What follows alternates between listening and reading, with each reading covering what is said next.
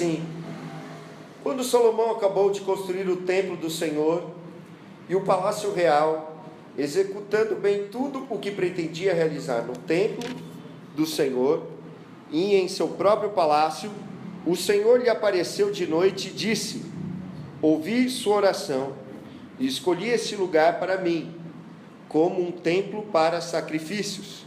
Se eu fechar o céu para que não chova, ou mandar que os gafanhotos devorem o país, ou sobre o meu povo enviar uma praga, se meu povo, que se chama pelo meu nome, se humilhar e orar, buscar a minha face e se afastar dos seus maus caminhos, dos céus o ouvirei, perdoarei o seu pecado e curarei a sua terra. De hoje em diante, os meus olhos estarão abertos e os meus ouvidos atentos às orações feitas neste lugar. Escolhi e consagrei esse templo para que o meu nome esteja nele para sempre. Meus olhos e meu coração nele sempre estarão.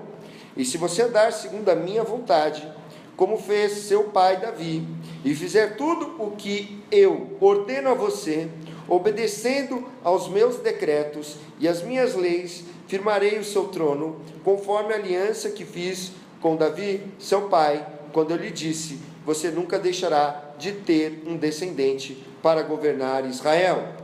Mas se vocês se afastarem de mim e abandonarem os decretos e os mandamentos que dei a vocês, e prestarem culto a outros deuses e adorá-los, desarraigarei Israel da minha terra, que dei a vocês, e lançarei para longe da minha presença esse templo, que consagrei ao meu nome.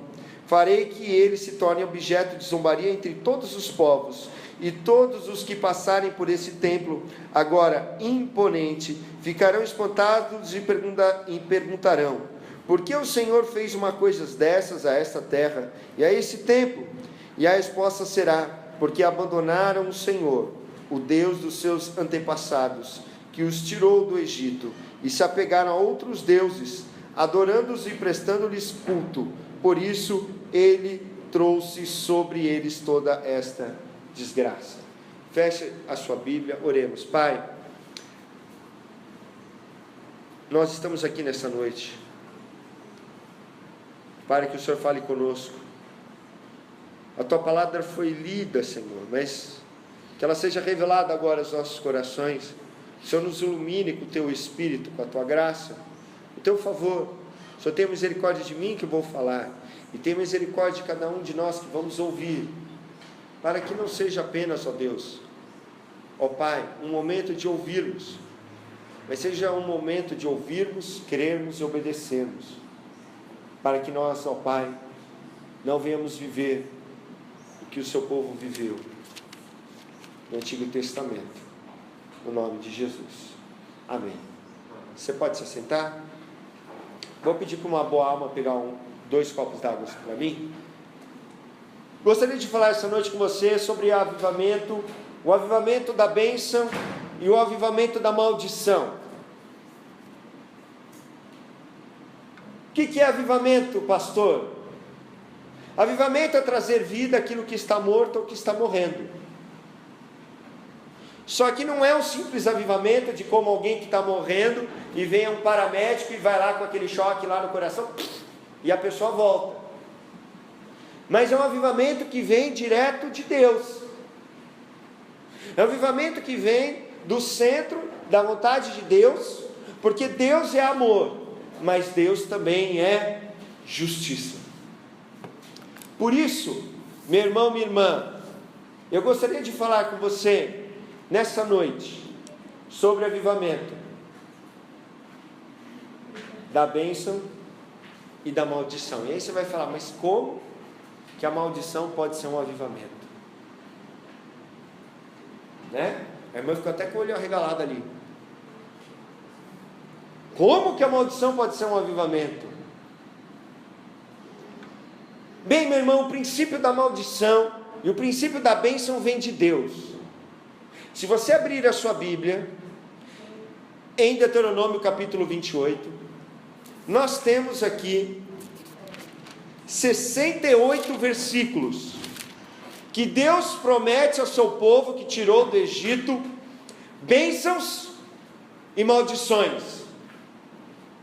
Deus promete bênçãos e promete maldições sobre a vida do seu povo. Irmã, vai lá com elas, ora lá por ela, por favor, irmã. Amém? Pode repreender. Amém? Preste atenção. Tudo quer tirar a atenção da palavra. Por quê?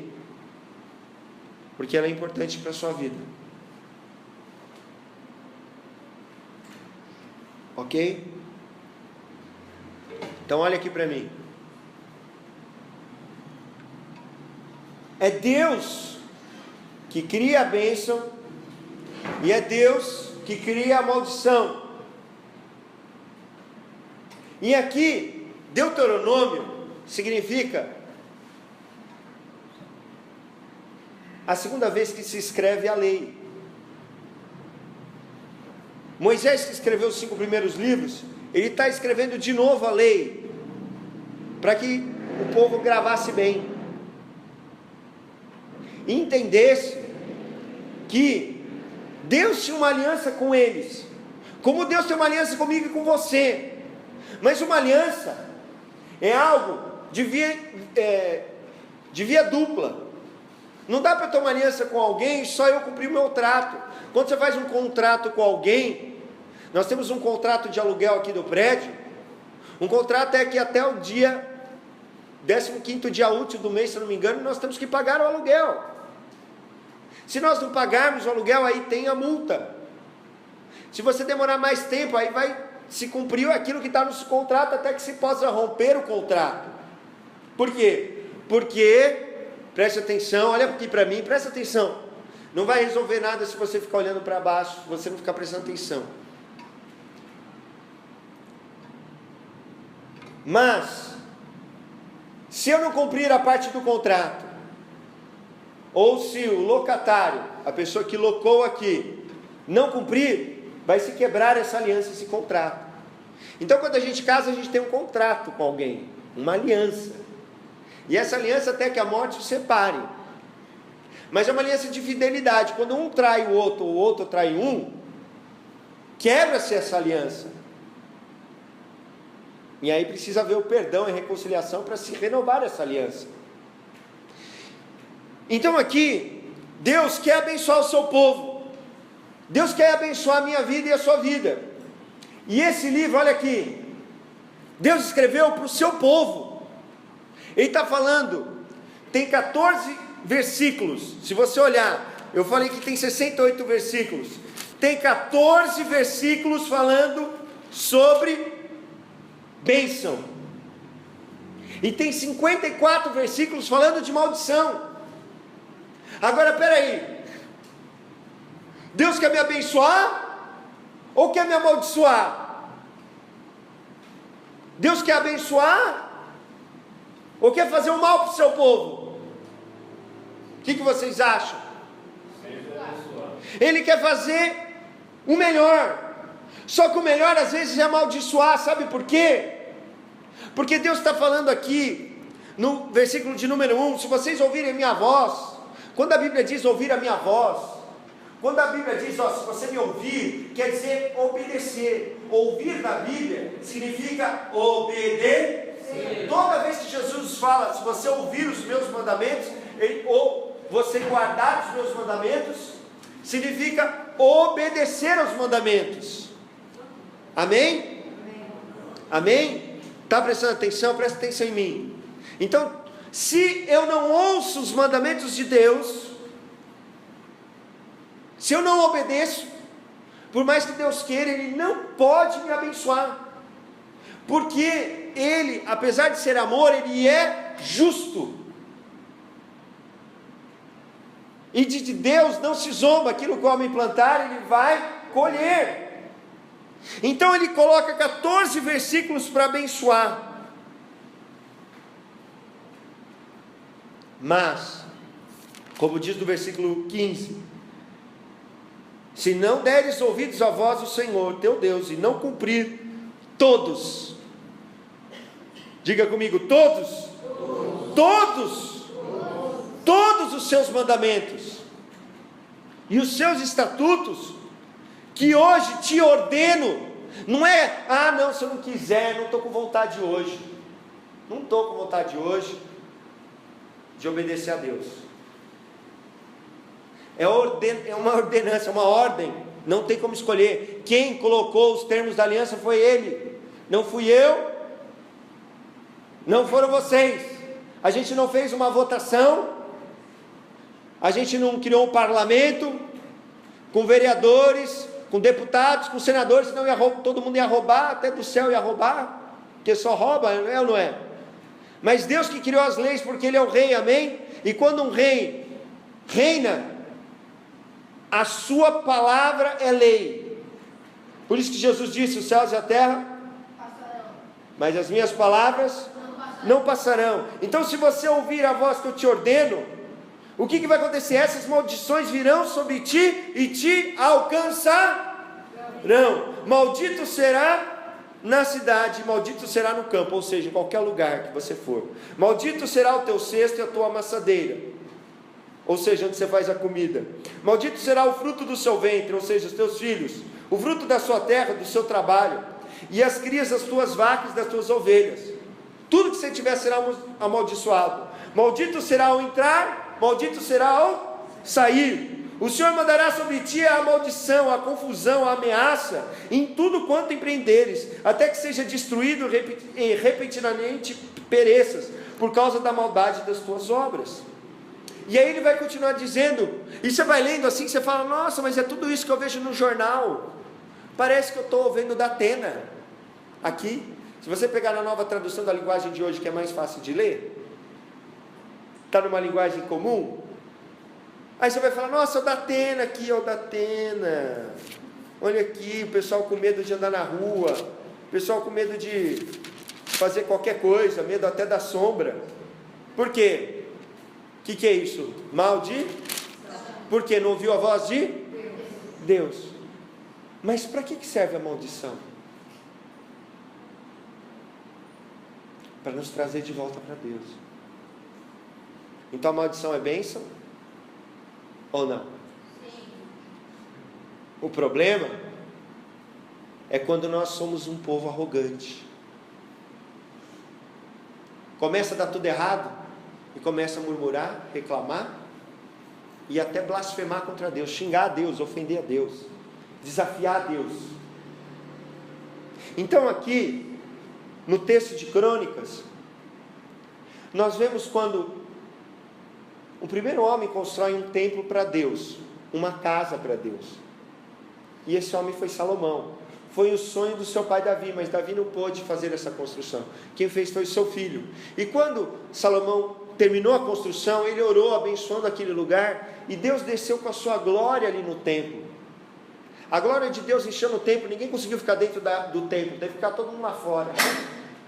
Fogo do céu caiu e queimou todo o sacrifício que eles tinham. Eles tinham milhares de ovelhas, de gado, para oferecer para o Senhor, e ninguém acendeu o fogo, não. Deus enviou o fogo do céu.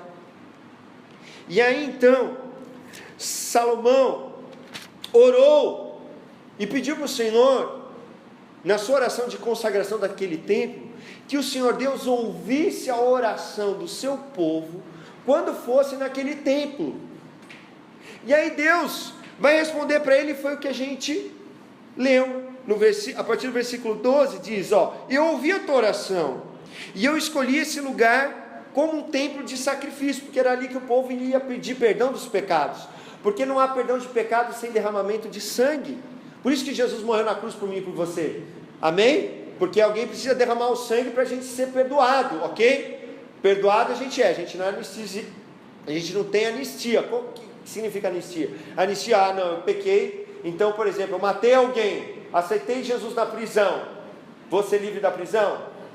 Não, vou ter que colher o que eu plantei, certo? Agora, a salvação eu tenho porque eu tive o meu pecado perdoado, eu recebi Jesus, estou com o nome no Serasa, no SPC, aí então eu apago o meu nome do Serasa do SPC? Se fosse assim, as igrejas todas estavam lotadas, não é? Era ou não é? Sim. Né? Sim ou não? Sim. Mas presta atenção. Aqui Deus está dizendo: olha, se começar a acontecer tudo errado com vocês, e vocês virem nesse templo e orar,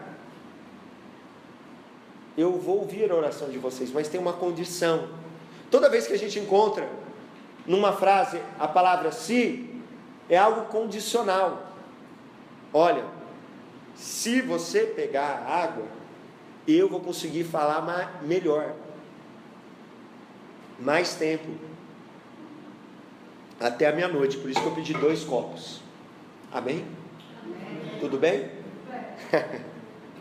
Amém. Falou dentro da igreja agora, meu irmão. Se pecar dentro da igreja ainda brincadeira. Mas olha, eu quero chamar a atenção para o quê? Deus fala assim: olha, se o meu povo, que se chama pelo meu nome, ele não está falando do povo lá de fora, ele não está falando dos ímpios, não está falando de quem não conhece Jesus. Deus está falando, tanto em Deuteronômio, quanto agora em Crônicas, os 2 textos que nós lemos, Ele está falando comigo e com você, com o povo da igreja, com o povo de Deus. Porque Deus vai ficar zangado, mais zangado comigo e com você, não com o ímpio lá fora.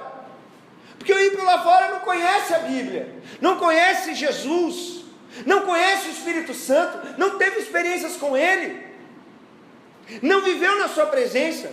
Como que Deus pode exigir muito dessas pessoas que não conheceram? A Bíblia diz que aquele que conhecia a vontade do Senhor e não fez, e morreu nesses pecados, sofrerá muitos açoites. Mas aquele que não conhecia a vontade do seu Senhor, mas tinha Ele como Senhor, sofrerá poucos açoites. E aquele que não conhecia então ainda, sofrerá menos açoites ainda. Então o que Deus está querendo falar para mim e para você, em Deuteronômio 28, e em 2 Crônicas 7, é para mim e para você. Porque chega uma hora na vida e começa a dar tudo errado. Não quer dizer que às vezes está dando tudo errado, que eu estou em pecado. Mas, preste atenção. Pode acontecer sim, que comece a dar tudo errado, para que eu me volte para Deus. Porque Ele prova e sonda o meu e o seu coração. Qual a razão de você estar aqui? Já teve gente que veio aqui na igreja com intenções por trás. Eu sei que teve gente que veio aqui com razão amorosa. Eu sei que teve gente que veio aqui com razão, porque queria falar.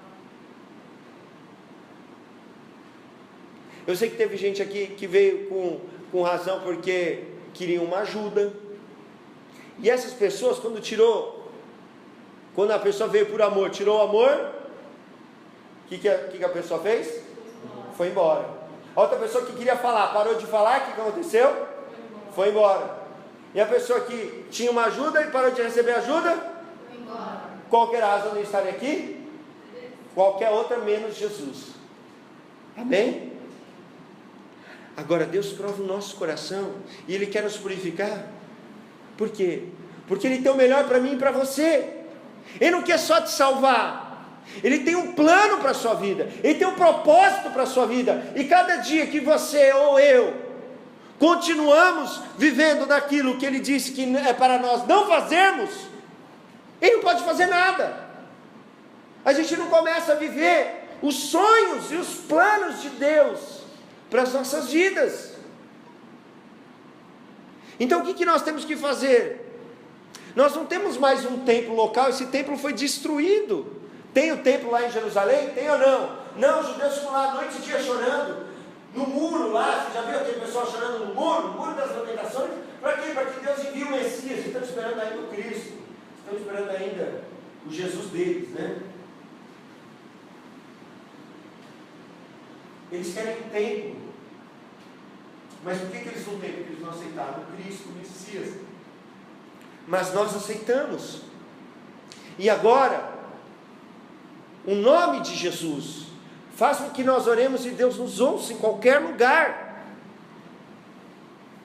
e nos atenda.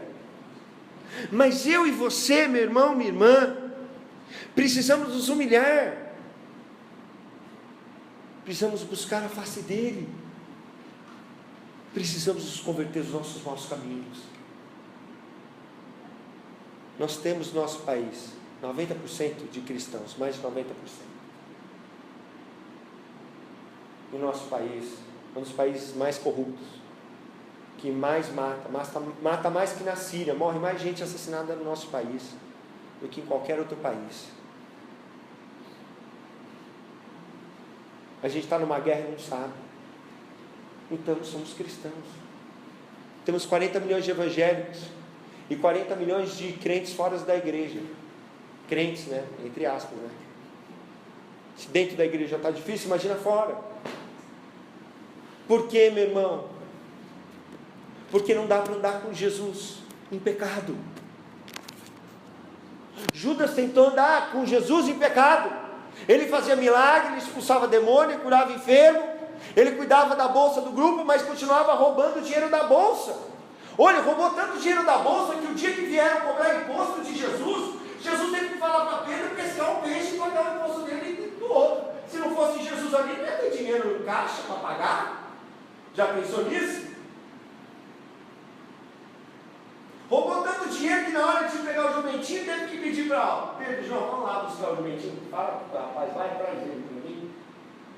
Roubou tanto dinheiro que na hora de fazer a ceia, Jesus também mandou Pedro e João de novo. Vai lá, procura um lugar, já está preparado, já está mobiliado, por quê? Eu acredito que sim, a Bíblia não diz, né? Mas eu acho que não tinha dinheiro, porque o cara roubava a bolsa. Agora, meu irmão, minha irmã, nós precisamos nos voltar para Deus. Não dá para brincar. Mas eu e você com Jesus. Eu tenho que vir para Jesus, tem que ser plantado na igreja. Por quê? Para dar fruto. Se eu pegar uma árvore, plantar ela aqui, nosso irmão jardineiro, daqui 3 meses, planta lá onde vocês moram. Tira de lá, daqui 3 meses, planta lá na minha casa, daqui 3 meses, planta na casa da Dirce, e vai trocando, o que vai acontecer com a árvore? Por quê? Abala a raiz. Aí fica pulando, não para, não dá fruto, vai morrer. E hoje os evangélicos estão rodando as igrejas. Ah não, esse daqui tem um som muito alto, não, esse aqui fala muito alto. Não, ali lá fala muito baixo. Não, esse daqui rodopia. Não, esse daqui não rodopia. E fica nessa. Mas meu irmão, e o plano de Deus na sua vida? Se o irmão Wellington não vem hoje, eu abri a igreja, acendi as luzes, abri a porta, eu tenho que ficar no telão, fazer o louvor, fazer a oferta. Fazer? Você acha que eu quero fazer tudo? Vocês acham que eu quero fazer tudo? Sim ou não? Não. Você acha por que eu estou fazendo tudo? Porque não tem ninguém. Porque os que deviam estar aqui não estão. Estão aonde? Não sei.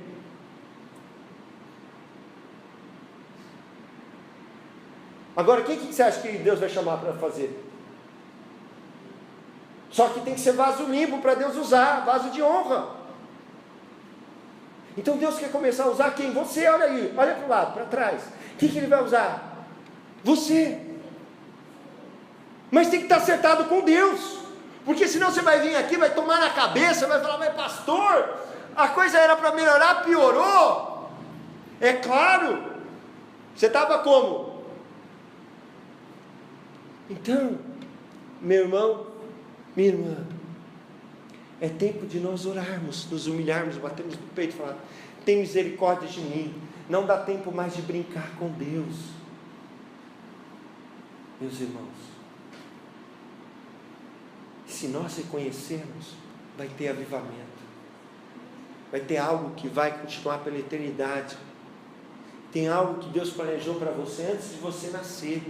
O que é, pastor? Não sei, não leio mente, nem bola de cristal, nem mão, nem quero essas coisas aí, não é de Deus não, viu, irmão?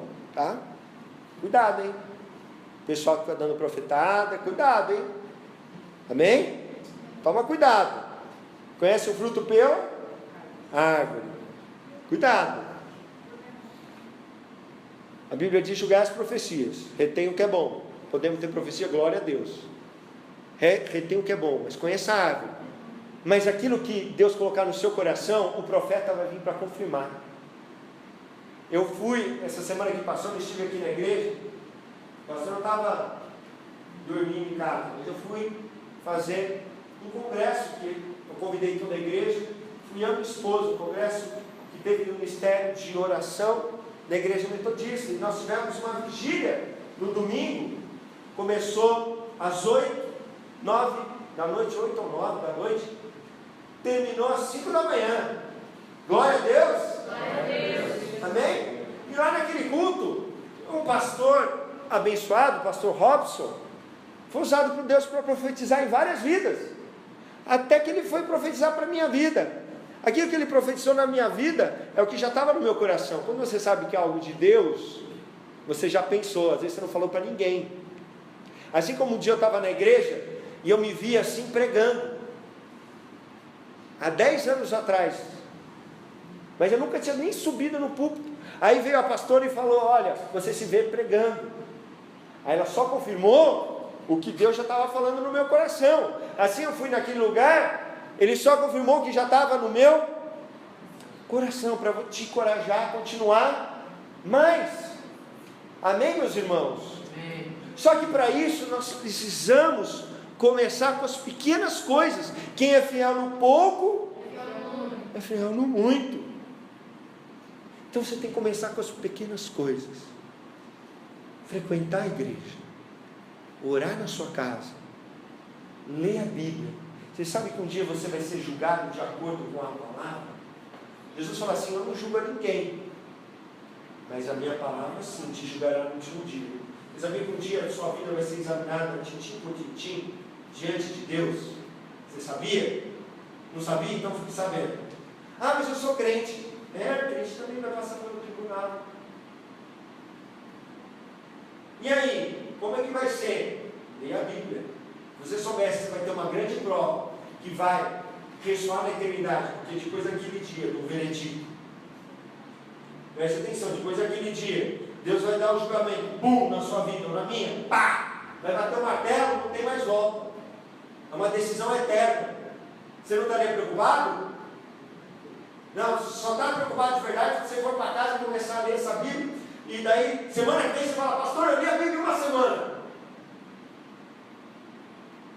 Por quê? Porque daí você está preocupado. Agora, você chegar em casa, vai tomar um suquinho, vai dormir, está preocupado? Está preocupado? Comece a ficar preocupado. Comece a ficar preocupado. Não precisa você ser condenado, porque a salvação a gente tem com a fé em Jesus. Mas aquilo que vai ressoar, você acha que alguém que fez um monte de coisa para Deus, viveu uma vida certinha, de santidade, fez aquilo que Deus mandou, e outro que fez tudo errado, e no final foi salvo aos 45 do segundo tempo, na eternidade vai ter a mesma recompensa? Sim ou não? Então, meu irmão, nós precisamos começar a nos humilhar, a orar, a pôr a cara no pó, a falar: Deus, tem misericórdia de mim. Fornicadores não herdarão o reino do céu. Sexo antes do casamento, sexo extra casamento, quem é casado com outro casado, ou casado com não casado. Lascívia, a Bíblia diz, o desejo só, se você fica assistindo coisas pornográficas.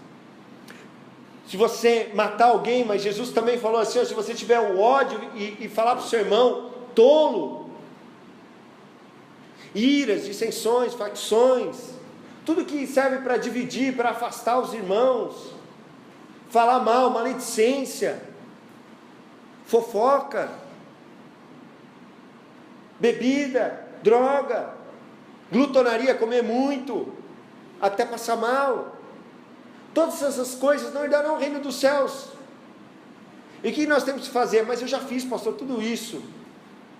confessa, se arrepende e muda. Todos nós, eu e você. Eu sou mentiroso. A Bíblia diz: os mentirosos não herdarão o reino do céu. Então, todo que ama e pratica mentira está fora. Então, temos que o que fazer? Mudar. Feiticeiro não herdará. Feiticeiro não é só quem faz magia lá no Umbanda, Quimbanda, Candomblé, mas é aquele também que é rebelde. Viu, filhos? Rebelde. Se você se revolta contra o seu pai, todo mundo aqui é filho, viu? Se você se revolta ainda contra o seu pai, você deve honra ao seu pai e sua mãe. A Bíblia não diz assim: honra o teu pai e tua mãe se forem crentes. A Bíblia não diz: honra o teu pai e tua mãe se eles forem militares. A Bíblia diz: honra o teu pai e tua mãe. Sim. Ponto e acabou. Amém? Por que eu estou falando tudo isso, meu irmão, minha irmã? Porque nós recebemos a mensagem do Evangelho para viver o melhor de Deus e nós não estamos vivendo. Nós não estamos vivendo. Então é tempo eu e você mudar, orar, se humilhar, clamar, pedir misericórdia. Deus é misericordioso. Se eu e você estamos vivos, é porque Ele está nos dando mais uma chance. Mais uma chance. É mais uma chance para mim e mais uma chance para você. Eu preciso mudar aquilo que Deus fala no meu coração. Você precisa mudar aquilo que Deus fala no seu coração. Mas você precisa também conhecer. Porque como que você vai mudar aquilo que você não sabe?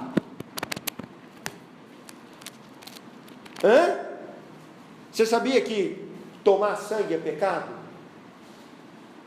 Comer chouriço é pecado? Que é carne com sangue? Você sabia? Então leia a Bíblia. Está em Atos dos Apóstolos. Não está lá nos livros do Antigo Testamento. Não pode, é pecado. E aí? Você vai pagar para ver? Vai continuar comendo? Não. Picanha é pecado? Não, picanha não é pecado. Agora, se você não tirar todo o sangue da carne, é pecado. Por isso que quando mata a galinha, corta o pescoço e joga o sangue fora. Agora quando você faz um chouriço, você faz a carne no molho de sangue, não é assim? Quem faz chouriço? Molho pardo da minha. É. Não é uma linguiça de sangue? Então, o que eu quero dizer? Preciso conhecer, preciso ler. Isso envolve a minha eternidade. E eu não estou nem um pouco preocupado. Quantos aqui já leram a Bíblia do começo ao fim?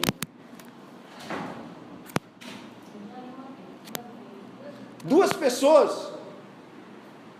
Meu irmão, você não está preocupado. E por que eu estou aqui? Para deixar você preocupado, com a pulga atrás da orelha.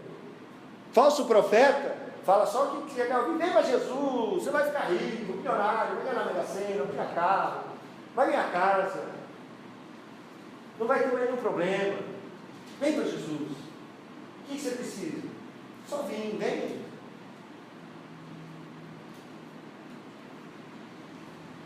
Agora eu estou falando para você a verdade, por quê? Porque aquele que ama, fala a verdade. Se você não cuidar, se eu não cuidar bem da minha filha, dos nossos filhos, não falar, está errado, o que vai acontecer? Quando crescer, já está torto e não vai conseguir voltar mais. É ou não é? Se não der uns puxão de orelha e falar, não vai com aqueles meninos ali não. Não sai essa hora não. Todas as coisas que a gente fez de errado, a gente pediu para os pais. Você está lembrado, né? Está lembrando agora, né? Lembra daquela vez que você enganou seu pai, né? Sua mãe, você falou que ia para um lugar, foi para o outro, né?